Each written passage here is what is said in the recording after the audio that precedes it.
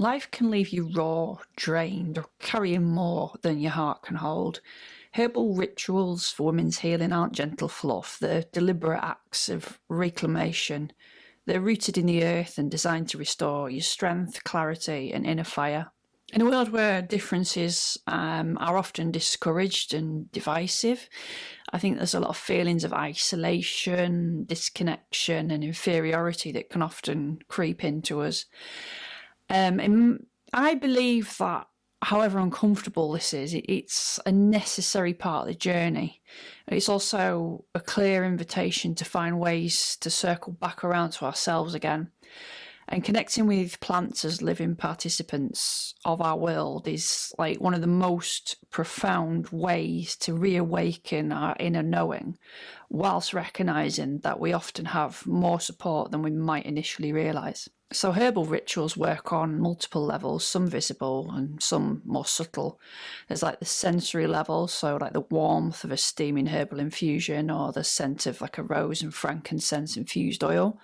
And there's the energetic level as well, as our own energy fields interact with those of the plants. In my own journey with plants, I've come full circle. So from a child aware of like the subtle communication with them to an adult exploring the medicinal properties of them, and now to a deeper understanding of plant consciousness and reciprocal connection. I think this awareness enriches not only our own well-being, but also it honours the plants as sentient and other than human persons. What are herbal rituals? So they're not just like pretty routines, although, we see a lot of that on Instagram, but they are deliberate, sacred acts of reclamation. So using herbs and ceremony and focused intention together can anchor your body, heart, and spirit into a deeper rhythm of well-being. And as a woman navigating the intensity of life, these rituals can become a sort of bridge between what you feel and what you carry. And some of the benefits you might realise from this are self-compassion, inner strength, clarity, more grounded, and energy alignment as well. Just feeling more here and now and in your body. And again, if we're seeing plants as other than human persons, we are entering into ritual with them in a reciprocal way, and that sometimes can bring benefits that we don't necessarily realise or are conscious of or go in with the intention of experiencing. And it's a little bit of a mindset shift in a way, because we are now in this society and in this culture where we are so geared up to look for the benefits in everything and, neatly package and compartmentalise everything now. And that has been what has happened in some aspects of herbal medicine for me is that, we saw the plants as this plant solves this problem and packaged everything into neat boxes. Whereas when we work with the plants on a level of reciprocity, then it's more of like nurturing a relationship, it's more like a friendship. So if you were in a friendship with somebody, you wouldn't necessarily be saying, right, I'm going to go for a coffee with my friend and it's going to benefit me in ways A, B, and C. You go to sort of maintain and nurture that connection and relationship. And I think that's how we need to approach it, working with herbs and with plants. So we can look at ritual herbs as like allies in this process. So again, there's no set herbs to say if you're doing a herbal ritual, you should be using herb A, herb B, and herb C. And this is where the relationship with plants comes in. The ones that we know, we've connected with them over time, the ones we know are our allies. For example, I have worked a lot with rose and hawthorn. So to me, they're two allies I keep coming back to over and over.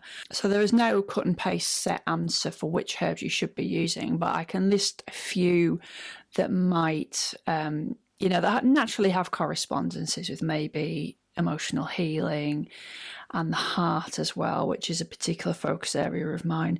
And yeah, as you sort of take this as a base for exploring which herbs are calling to you, and then take it and make it your own and find, which herbs and which plants are growing locally around you, because those are the best ones to work with if they're in abundance in your area, and also which ones are calling to you, which ones you feel drawn to.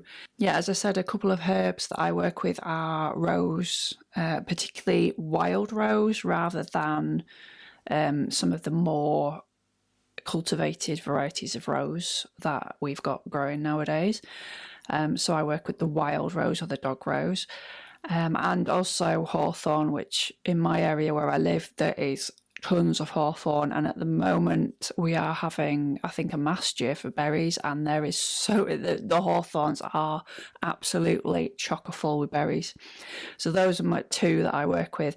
You've also got plants like chamomile and lavender.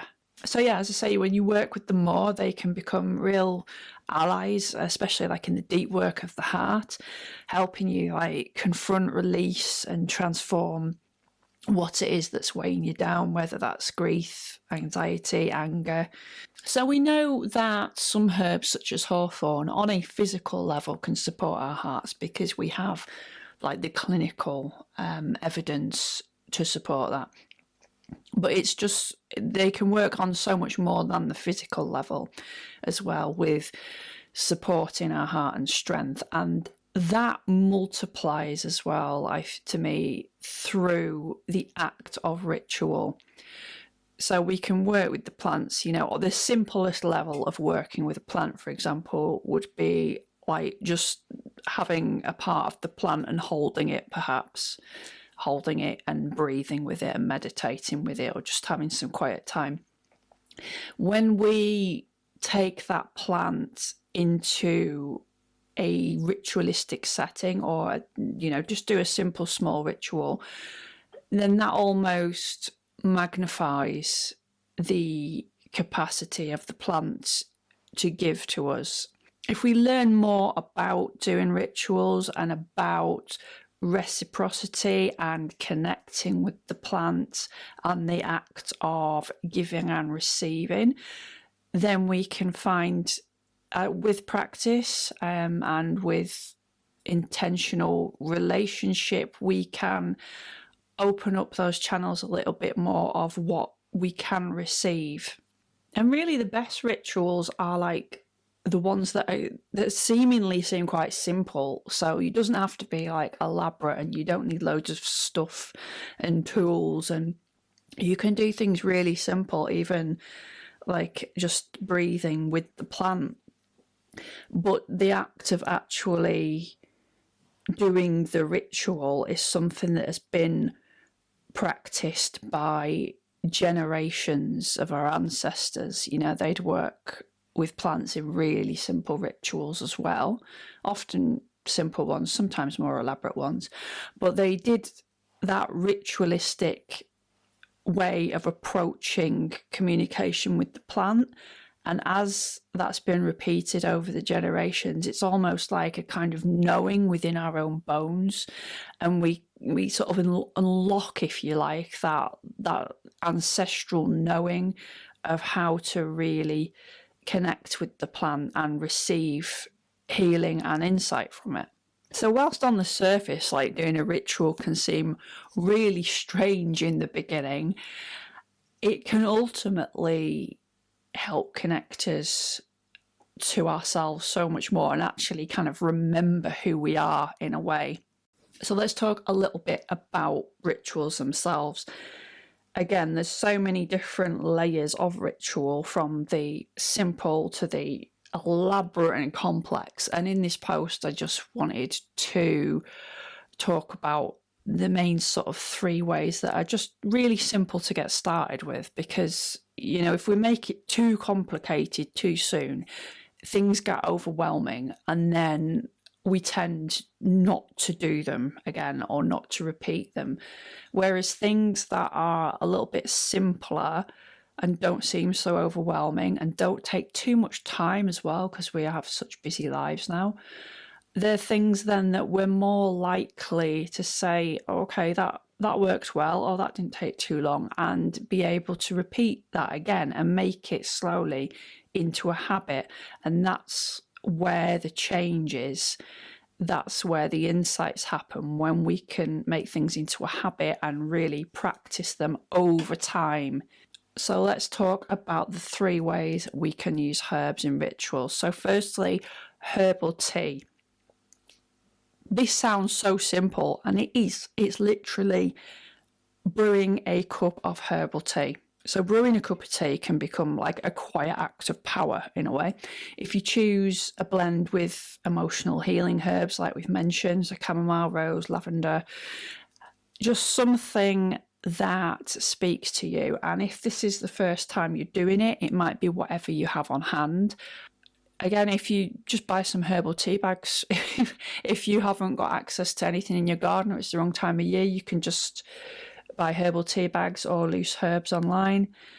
Just whatever you have that you can brew, and just making the act of making the tea into a ritual itself. So boiling the kettle, measuring out herbs, pouring them into the teapot, pouring the water into the teapot, brewing, don't wang them in the teapot, pour the water on and then run off and go and do something else for 3 to 5 minutes whilst it steeps. Just sit with it the whole time, the whole tea making process, being there with it, being present, making the tea making process itself into part of the ritual.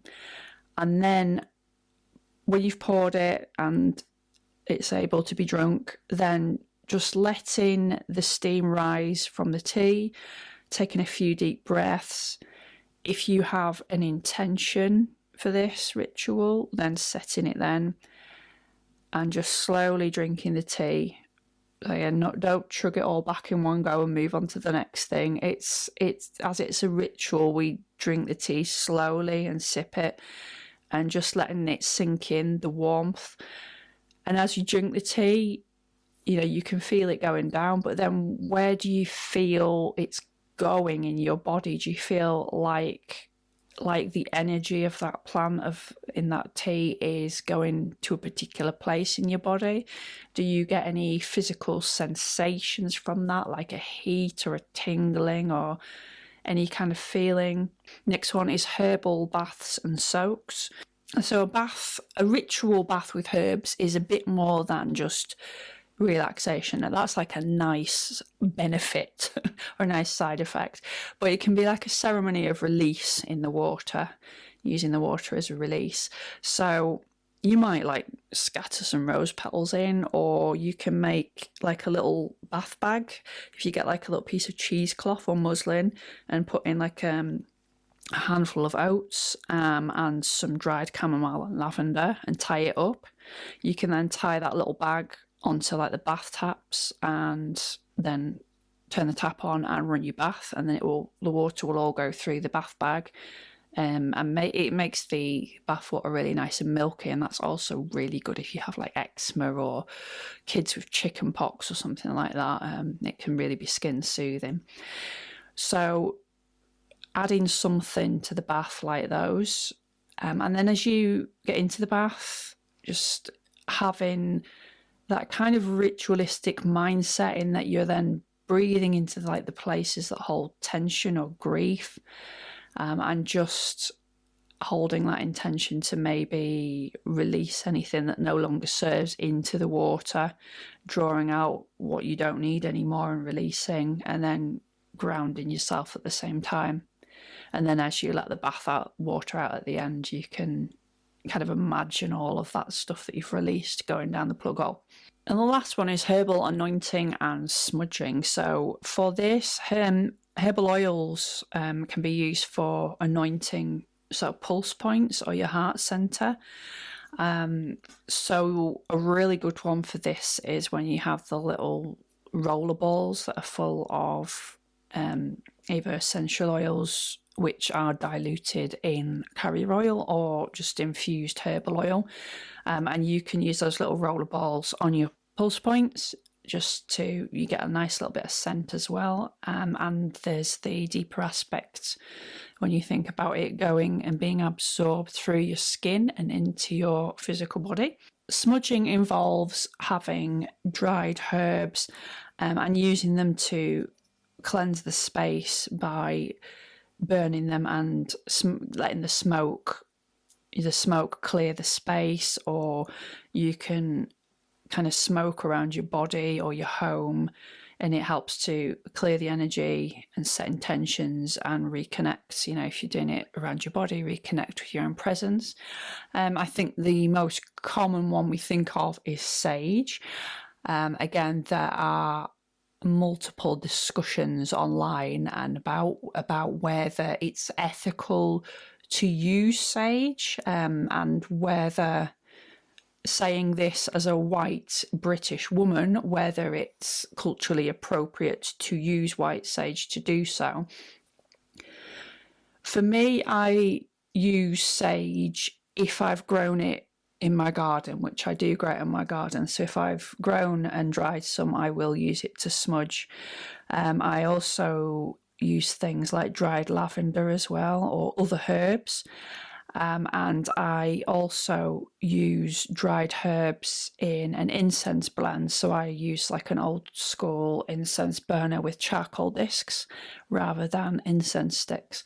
So I make like a little blend of dried herbs and put them on the charcoal incense disc, and that releases a lovely scent as well. So these rituals are designed to be really simple and can kind of become anchor points in your life as well. So you can have them as a kind of like sacred pause where you sort of reclaim your energy and just check in with yourself as well. It's just a way to kind of come back to yourself, ground and center, and, you know, get back into your body if you've been kind of stuck in your head, which so many of us often now get stuck with. And to add another layer to these rituals, you can often pair it with, like, if you've got the time to do a little bit of journaling or meditation or some kind of reflection afterwards. It can be useful to notice what's surfaced. And as you go along with practicing herbal rituals, you know, you might find sometimes you feel like something a bit longer or something a bit more elaborate is more appropriate for you. For me, I will do short things like this throughout the weeks, and then when it comes to like a full moon or a new moon or something like that, I will maybe do a little bit more of a longer, deeper ritual in some way. But regardless of the length of the ritual, you know, these aren't indulgent things. They're like fierce, sacred acts of care and calling you to like reclaim your heart, your energy, and your power. And we can do that one intentional moment at a time. It doesn't have to be a long one. It can just be something as simple as a couple of minutes.